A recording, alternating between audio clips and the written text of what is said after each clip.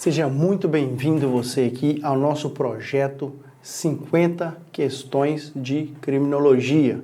Qual que é o nosso objetivo? Eu sou o professor Magno Assis, estou aqui na Vale com criminologia, algumas outras matérias também, como direito constitucional. Talvez você já me conhece aqui de direito constitucional, também dou aula aqui de criminologia. E a gente está com um projeto agora de 50 questões de criminologia aberto para vários concursos. Então vai ter provas aqui, questões de concursos anteriores de vários setores. Criminologia é um assunto que divide muitas opiniões, que é diferente de direito constitucional. Eu sempre faço esse parâmetro, porque eu também dou aula de constitucional, que você pega a Constituição Federal, está tudo ali positivado, tudo mais fácil de estudar, apesar de ter doutrina, jurisprudência, são coisas ali que dá para você ver tudo escrito. A criminologia é uma ciência de doutrina, então a gente tem pensamento de um doutrinador, de um pensador, de um estudioso diferente do outro. Então a gente sempre vai ter essa briga de correntes. Um acha que é uma coisa, outro acha que é outra. Então é diferente de direito constitucional, que é mais certo.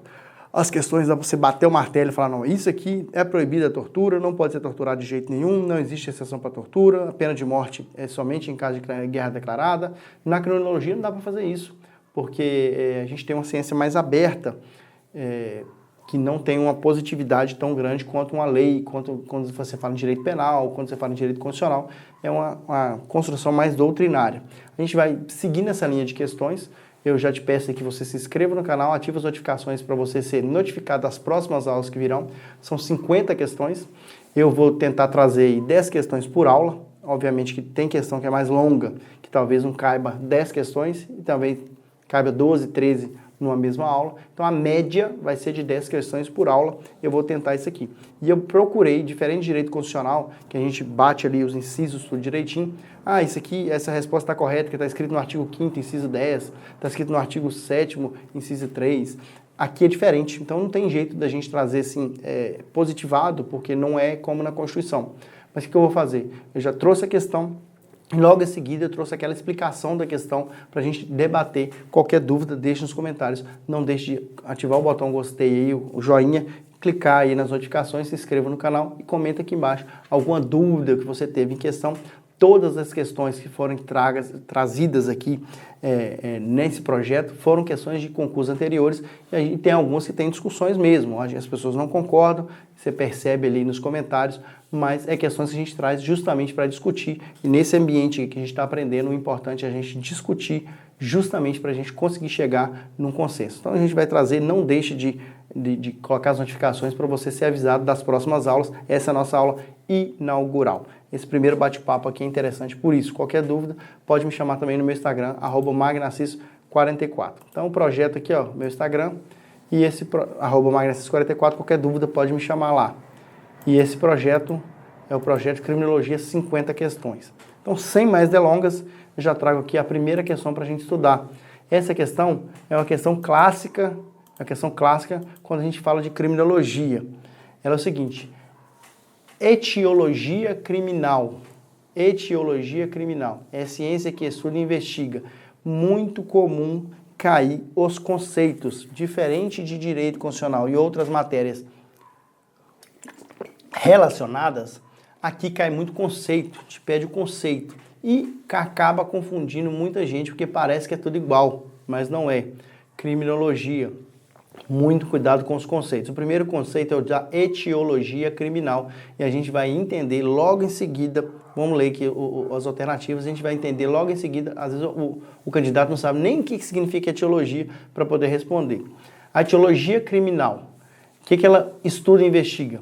Criminalística, isto é, o processo de desenvolvimento do crime, transmissão congênita de fatores psicológicos propensos ao desenvolvimento da criminalidade. Aí já dá para você começar, ó, vou te dar umas dicas para você começar a entender e não cair nas pegadinhas. Olha pra você ver, se é etiologia criminal, ela vai estudar a genética do crime, ou seja, um pai é criminoso, a chance do filho ser criminoso é muito grande. Isso está dentro da etiologia criminal? Então a B você já descartaria, porque trata de outros fatores.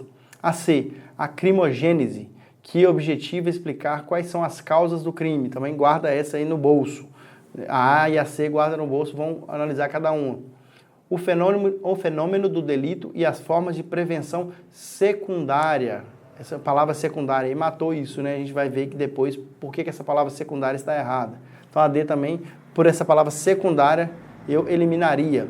A letra E, a transmissão genética dos fatores biológicos propensos ao desenvolvimento da criminalidade. A letra B e a letra E dá para descartar porque trata de genética, não é o caso da etiologia criminal. Então a gente ficaria, e a D a gente descartaria porque trata dessa palavra secundária. A prevenção não é secundária, a prevenção é primária, no caso da etiologia criminal. Então a gente ficaria entre a A e a C. Vamos ver o que significa etiologia? Vamos lá, ó. No próximo slide aqui eu já trouxe aí, vamos ver se você consegue matar por aí, ó. Ó, vamos lá. Etiologia, campo do conhecimento que estuda as origens e as causas das coisas. Estuda ou pesquisa nas causas das doenças, quando se trata de medicina, a origem de alguma coisa. Então, a etiologia é origem. Então, entende-se, vamos trocar a palavra etiologia, porque quando você entende o que significa a palavra, você já mata bastante a questão. Então, vamos trocar a palavra etiologia por origem. Por origem. Entende-se por origem criminal, a ciência que estuda e investiga. Aí, ó, a criminalística, que é um processo de desenvolvimento do crime? Não, né? Então, se é origem, vem de gênese. O que é gênese? Criação. A criminalística é o processo do desenvolvimento do crime, não é onde o crime se origina, a causa dele. É o desenvolvimento do crime, como ele se desenvolveu. Então, se você souber que etiologia significa origem, você já mata aí e joga logo na letra C, que é a crimogênese. Ah, professor, então o que é crimogênese? Crime vem de crime e gênese vem de início. Né? O livro do Gênesis na Bíblia não é o livro do início, onde se originou tudo de acordo com a Bíblia? Então, a origem do crime. Se você conseguir entender o que significa a palavra etiologia e o que significa a palavra crimogênese, você mata a questão. Número 1, letra C. Só de saber o sentido da palavra, você já mata a questão. Etiologia significa origem e crimogênese significa a origem do crime. Então, a etiologia criminal estuda, investiga a crimogênese, que é objetiva explicar quais são as causas do crime, ou seja, onde se originou, por que foi cometido aquele crime, entendeu? Então, letra C, número 1, se você souber o significado das palavras, você responde a questão. Então, vamos entender o que é a criminologia, já para não só fazer questão, para a gente entender realmente quais são os... Vou dar uma fechada aqui, ó, para ficar mais fácil de ver. Ver se melhorou aí, né? Beleza, deixa eu só clicar fora aqui. Vou clicar fora aqui, já resolvo isso agora. Então vamos lá. Vamos ver se tem tudo a ver com a resposta que a gente deu lá? A criminologia, como ciência independente, natural, humana e social, tem como objeto métodos e fins próprios na análise científica da problemática geral da criminalidade, do fenômeno delituoso, numa visão superior que não confunde com outras ciências, que acidentalmente ou secundariamente, tá vendo? Ó, a criminologia, a etiologia criminal não é secundária, ela é primária, ela tenta entender o que se originou o crime, por que ele se originou. O princípio da etiologia vem da origem, não da secundariedade. E não primacialmente ou propriamente por seu objeto, também estuda a delinquência. A criminologia é etiologia criminal, ou seja, quando te pergunta etiologia criminal, está querendo saber da criminologia, que é o estudo das causas do delito, é dinâmica criminal, estudo do processo delituoso em suas formas, motivação, exteriorização e etc., servindo para a prevenção da criminalidade e o tratamento dos criminosos, sendo indispensável para o direito penal e a política criminal. Roque de Brito Alves, que é um dos doutrinadores que mais tem caído em concurso. Por que eu trouxe isso para você? Porque não é só responder a questão, porque a chance de cair uma questão igualzinha é menos, porque essa questão já caiu. Mas quando você entende ali algumas palavras, você vai começar a perceber aqui ao longo do nosso projeto que tem umas questões que caem assim, muda a questão, mas as palavras, se você souber assim, as palavras-chave, você responde a questão, porque criminologia é uma matéria mais difícil de estudar mesmo. Então, se você não se ater a essas palavras-chave, você pode aí confundir. E eu não quero que você erre por falta de atenção. Os objetos de estudo da moderna criminologia são. Esse aqui, ó, é clássico de cair na prova. E aqui você tem que atentar nos objetos da criminologia moderna. Porque a criminologia antiga tinha outros objetos de estudo. Então, se você estudar a escola clássica, você vai ver que era diferente. A vítima, por exemplo, não era estudada. Então, muito cuidado com isso, porque cai muito na prova. Objeto da criminologia cai muito na prova e muita gente erra. E a gente está falando da criminologia moderna. Criminologia moderna, você tem que lembrar que são 4 objetos. Só de saber que a criminologia tem 4 objetos de estudo, você já mata essa questão. Vítima e delinquente, não é, está faltando 2. A letra B, o crime, o criminoso, a vítima e o controle social. Esse já tem 4, tá bom? Vamos guardar esse aí. Letra C, o delito e o delinquente. Esse aí, a criminologia antiga, era esse estudo. Hoje já não é mais. A criminologia moderna é mais ampla, mais aberta. D, o problema social, suas causas biológicas e o mimetismo, também não tem nada a ver. O crime e os fatores biopsicológicos decorrentes da sua prática. A criminologia não estuda somente o crime. Muito cuidado, muita gente marcou a letra E como alternativa correta nessa e a gente vai ver que o que eu falei já mata a questão, né? Já mata a questão. Quais são os objetos da criminologia? Deixa eu fechar aqui. Quais são os objetos da criminologia de acordo com o nosso estudo? Crime, que é algo que ofende e desestabiliza a sociedade. Figura de crime sempre está atrelada ao comportamento humano antissocial e desestabiliza a ordem pública. O criminoso, que é aquela pessoa que pratica o crime. Na escola clássica ele era um pecador. Na escola positivista ele era um doente. Na escola correcionalista era incapaz de merecer um tratamento pedagógico. E atualmente é uma pessoa normal que qualquer pessoa pode cometer um crime e a gente vai entender isso ao longo das outras questões. Vítima é aquele que é atingido pela prática do crime, obviamente não precisa nem falar, e ela pode influenciar diretamente ou direcionar para a prática do crime, e o controle social. Esse controle tem muitas questões também de controle, a gente vai ver aqui nas outras aulas. Esse controle social, ele pode ser formal ou informal. O controle formal é aquele controle que o próprio Estado impõe, que são a polícia, o Ministério Público, o juiz, é o governo. E o controle informal é aquele controle que não é imposto pelo governo, mas ele está ali. Família, sociedade, comunidade, mídia, que atuam informalmente para impedir a prática do crime. Às vezes a pessoa não pratica crime porque ele tem medo de ser preso, ele não pratica crime por causa da família, porque ele vai envergonhar a mãe, o pai. Então a família também é um tipo de controle social, só que é um controle informal. Então o que eu quero chamar a sua atenção, quando trata dos objetos da criminologia moderna, você tem que lembrar que são 4 objetos. Crime, criminoso, ou delito e delinquente, ou infração e infrator. Então muito cuidado que são sinônimos para esse caso da criminologia, tá? Para o caso da criminologia, crime, criminoso, delito, delinquente é a mesma coisa. Então, são 4 os objetos da criminologia, objetos de estudo. Por que você tem que saber o que são objetos? Eu gosto muito de falar de palavras, né? Objeto é aquilo que está sendo estudado. A lente objetiva, aquela lente que foca. Então, qual que é o foco? Qual que é o objeto? O que a criminologia vai estudar? Delito e delinquente ou crime criminoso, que é a mesma coisa.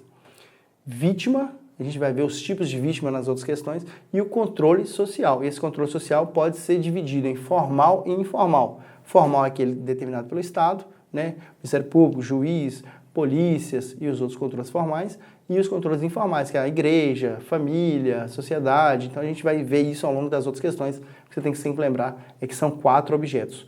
4 objetos da criminologia. Vamos seguir aqui para as nossas próximas questões. 3. Essa eu já até coloquei aí, né, do lado. A teoria do etiquetamento. Teoria do etiquetamento também é um tipo de questão que cai muito na prova, né? Teoria do etiquetamento, ou labeling approach, inspirou o direito penal brasileiro.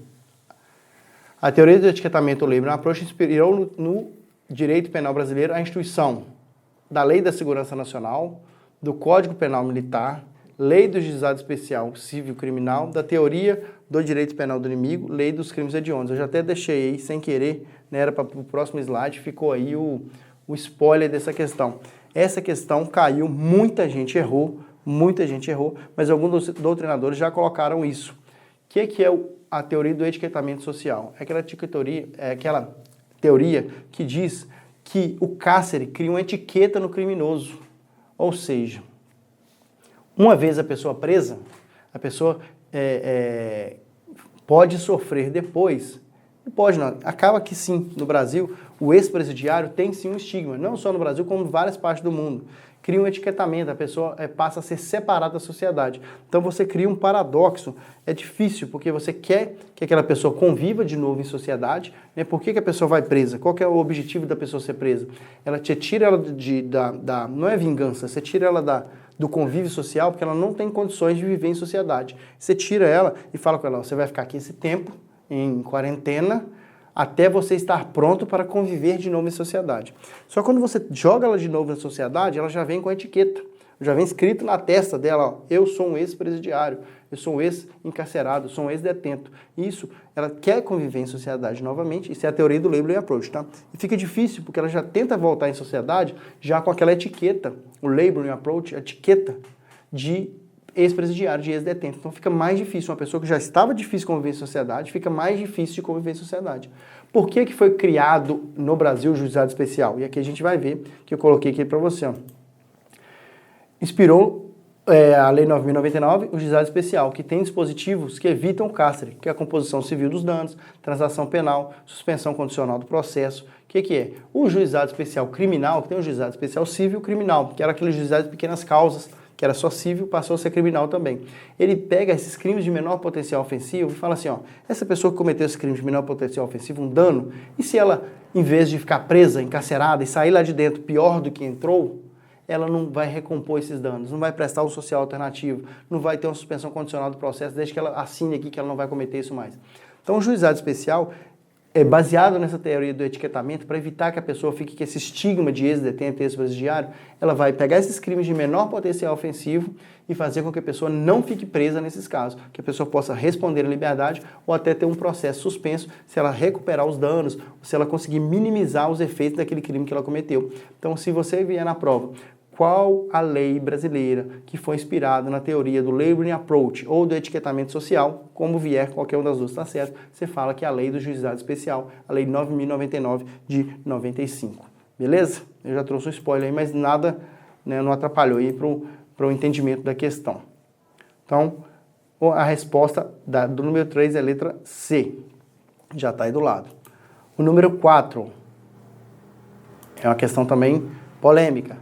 A corrente de pensamento criminológico que critica a exibição de cenas de televisão, em televisão e cinema, de abuso de drogas ilícitas, prática de roubos, sequestros, bem como de outras condutas delituosas, alçando seus protagonistas a status de heróis ou justiceiros, fomentando sua imitação pelas pessoas, principalmente jovens, é a teoria da identificação diferencial, da reação social, da criminologia radical, da associação diferencial, da criminologia crítica. Ó, aí eu quero chamar a sua atenção. Na época de um seriado onde os assaltantes de banco eram tidos como heróis, tem vários, hein? Tem vários filmes desse jeito. Mas nessa época surgiram várias questões dessas em concurso. Várias questões, perguntando qual teoria que se assemelhava a esse tipo de coisa. Essa teoria diz que as pessoas podem imitar por achar que é um herói. Coloca ali o criminoso como herói, coloca o uso de drogas, o cometimento de crimes e alçam essas pessoas ao nível de heróis. Qual é a teoria que acha que isso pode ser imitado, principalmente por jovens, pelos filmes, pela televisão, glamourizar essa prática de crimes e uso aí imoderado de drogas ilícitas? E a gente vai ver logo em seguida, eu trouxe aqui, ó, essa nomenclatura de cada um, ó, identificação diferencial, e você comigo aqui vai tentar identificar de acordo com o que está pedindo em cima e de um por um. Ó. Identificação diferencial. Aprende o crime por identificação, independente da aproximação ou contato pessoal. Reação social, chamada de labeling approach, na qual o criminoso fica etiquetado ao ingressar no cárcere. Isso que eu já falei na aula passada.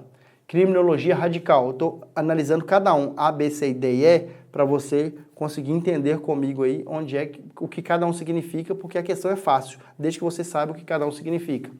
Chamada de teoria radical marxista. Tem suas bases na filosofia de Karl Marx, resumindo os conflitos sociais, a velha luta de classes. Já está para você eliminando alguns, né? Associação diferencial, parecida com a teoria da identificação diferencial, porém é exigida a influência do meio em que se vive, aproximação ou contato. Criminologia crítica, sinônimo da criminologia radical. Então, qual a gente vai marcar como correta de acordo com o que está na questão anterior? A criminologia radical é do Marx, essa você já descarta, então a criminologia radical não é, que é a terceira aí.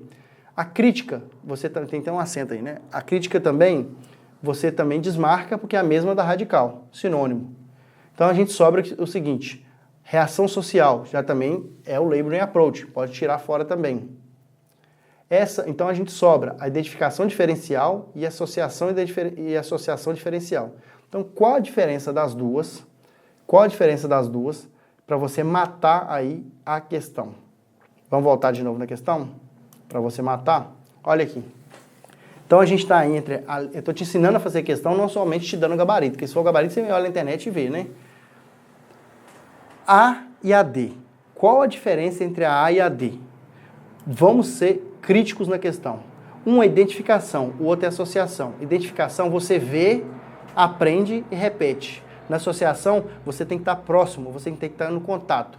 O que a questão está te referindo? Ela não está referindo a uma pessoa que vê na televisão, que vê num filme, no cinema e imita. Está mais relacionado com identificação ou com associação? Associação é aquela pessoa que está próxima, tem que ter o contato. Então, na associação diferencial tem que ter o contato. Na identificação não precisa ter o contato. Eu vejo, aprendo, me identifico, quero replicar esse crime. Então, a letra A é o nosso gabarito. Não tem como errar depois dessa explicação. Já você vê, ó. Identificação, aprende por identificação, independente de aproximação e contato. Na associação, precisa-se de aproximação ao contato. Só de olhar agora o enunciado, você resolve a questão. Olha pra você ver. Olha aí. Corrente de pensamento, critica exibição de televisão, cinema, tal. Precisa-se de contato? A pessoa que vê na televisão, não. Então, letra A, identificação criminal, porque não precisa de aproximação. A gente pegou a B, C e E e já eliminou, por razões óbvias, ficou a A e a D.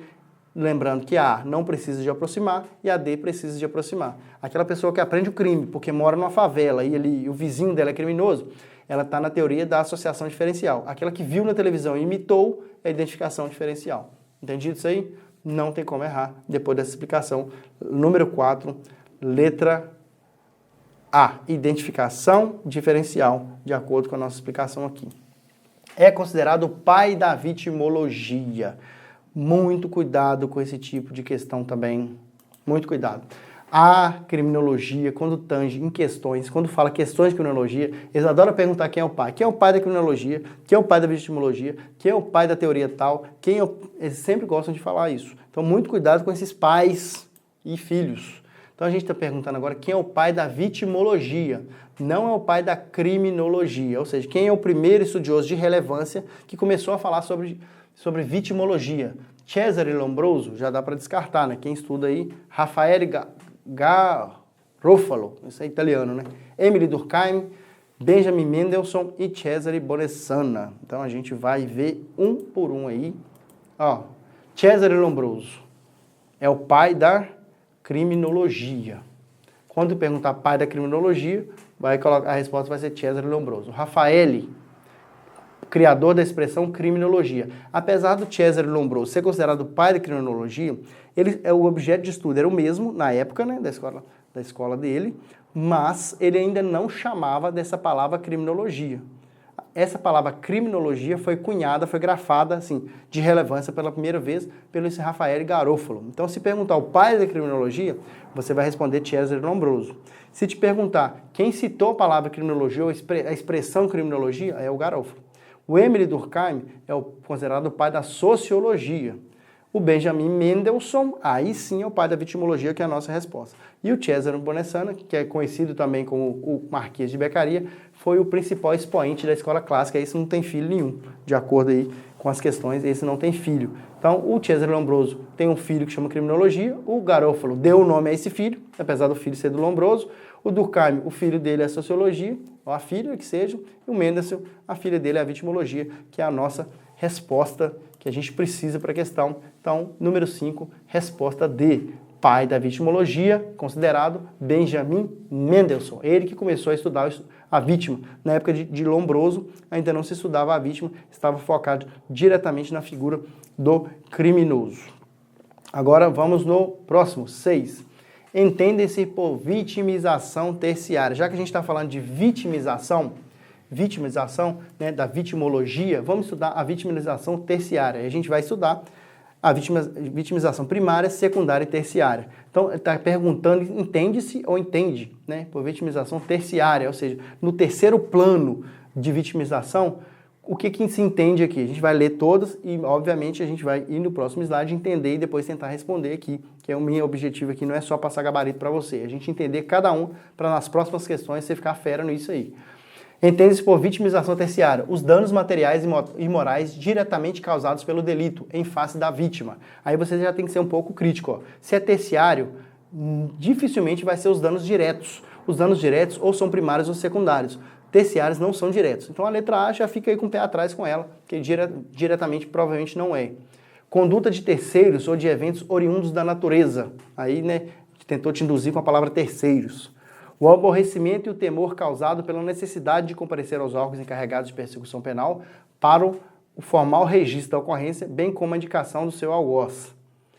Ou seja, ter que ir lá para fazer o BO, ter que ir lá para reconhecer o criminoso, isso seria uma vitimização terciária? A gente vai ver. Discriminação que a vítima recebe de seus familiares, amigos e colegas de trabalho em forma de segregação e humilhação por conta do delito por ela sofrido. A letra E é a sobrevitimização, como suicídio ou a autolesão. Então, a gente vai entender a primária, a secundária e a terciária.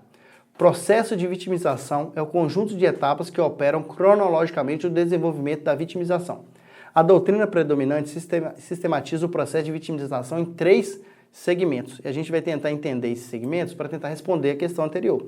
Vitimização primária é os danos materiais, físicos e psicológicos causados diretamente pela prática do crime. Então, aquele que eu falei da letra A lá é a vitimização primária. É aquele ali, você perdeu seu celular, a mulher estuprada foi vítima ali, diretamente do estupro. Então, essa é a vitimização primária. É aquele que o crime causa na vítima em primeira mão. A vitimização secundária, também conhecida como sobrevitimização ou revitimização, é o sofrimento adicional advindo do curso do processo decorrente do tratamento dado pelas instâncias formais e informais de controle social. E a terciária é a humilhação, abandono pelo Estado e pelo próprio grupo social. Então, a gente tem 3 etapas da vitimização. Tem 3 etapas da vitimização. A primeira etapa é o crime em si, é o que a pessoa sofre. É a mulher, ou a pessoa que teve um objeto roubado, furtado, é aquele objeto que foi subtraído, você perdeu um carro, você perdeu o celular, a mulher que foi estuprada, tem que ir no hospital, sofreu lesões, tudo isso diretamente ligado com o crime, a gente chama de vitimização primária. Quando a pessoa tem que ir lá como testemunha, como vítima, tem que procurar para fazer um BO, tudo isso a gente chama de sobrevitimização. Vitimização secundária, ou a revitimização. Ou seja, a pessoa tem que reviver aquele crime. Suponhamos uma mulher que sofreu um crime sexual, ela tem que ir lá e contar todo o crime de novo. Essa é uma vitimização secundária. A gente chama de revitimização ou sobrevitimização. A pessoa sofre novamente, secundária. Quando ela vem para a sociedade ou o governo esquece ela, a gente chama de vitimização terciária. Ou seja, a pessoa sofre 3 vezes, em 3 etapas. Obviamente que cada tipo de crime, a pessoa que sofreu um furto, dificilmente vai sofrer. Mas um crime sexual, por exemplo, isso pode acontecer nas 3 etapas. A pessoa foi vítima de crime sexual, sofreu diretamente, ela depois teve que ir lá, reconhecer o algoz, a pessoa que praticou aquele crime contra ela, tem que ir lá repetir tudo para o juiz, para um delegado, para todas as instâncias, e depois ela vai ser, né, se todo mundo souber, ela vai ser ainda rechaçada pela população, pelas pessoas do convívio dela, o Estado vai abandonar. Então, nessas 3 fases, a gente chama de vitimização, lembrando que é primária, secundária, e a secundária é chamada de sobrevitimização ou revitimização, e essa terciária, que é o abandono da sociedade, o abandono da família, o abandono do Estado. Diante disso, agora a gente vai ler a questão de novo, você vai ver que agora vai ficar muito mais fácil de fazer essa questão. Vamos lá. Vamos voltar no slide da questão. Você vai ver que vai ficar muito mais fácil de fazer essa questão. E a gente vai parar nessa questão 6 nas outras aulas. Obviamente que nessa aula a gente teve a introdução. A gente só conseguiu chegar até a 6, mas nas próximas aulas vai andar mais. E eu trouxe umas questões mais pesadas para o começo, para você já sentir a pressão. Então vamos lá. Diante disso que eu falei sobre o tipo de vitimização e a vitimização terciária, vamos lá então classificar aqui. A letra A, danos diretamente. Só de ver o diretamente você já sabe que é vitimização primária. Conduta de terceiros ou oriundos ou eventos oriundos da natureza. Isso aí não tem nada a ver. Conduta de terceiro veio só para te confundir com terciária. Aborrecimento e temor causado pela necessidade de comparecer aos órgãos. Isso é primária, é secundária, conhecido como sobrevitimização. A pessoa tem que ir lá fazer BO, tem que ir lá no processo, tem que ir lá ser ouvida pelo juiz. Isso é a sobrevitimização secundária. A letra E é a sobrevitimização, que é a mesma coisa. E não tem nada a ver com suicídio ou autolesão, tá? A sobrevitimização é a mesma coisa da letra C. É a pessoa ter que ir lá reviver o crime. Então só sobra pra gente a letra D. É a discriminação que a vítima recebe de seus familiares, amigos e colegas de trabalho em forma de segregação e humilhação por conta do delito por ela sofrido. Depois da explicação, depois daquela explanação sobre tudo, a gente não consegue errar mais. Entendido? Combinado? Na próxima aula a gente começa...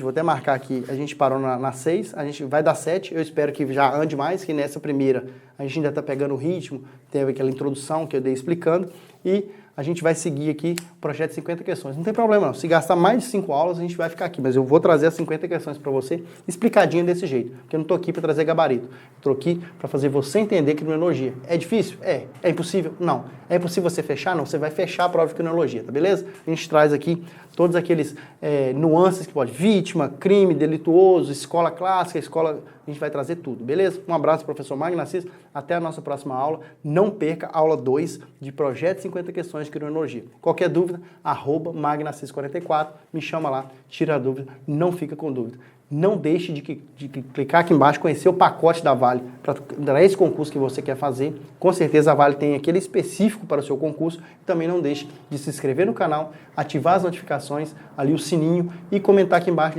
deixar o seu joinha, o seu like, que ajuda muito o nosso canal, beleza? Eu tenho certeza que depois dos nossos projetos 50 questões, você vai enxergar a criminologia de uma forma muito melhor, porque tem um certo preconceito com essa matéria, porque tem muita doutrina, muito livro, você vai enxergá-lo de uma forma muito melhor, tá bom? Um abraço, professor Magno Assis, até a nossa aula 2 do projeto 50 Questões de Criminologia. Tchau, tchau, fiquem com Deus.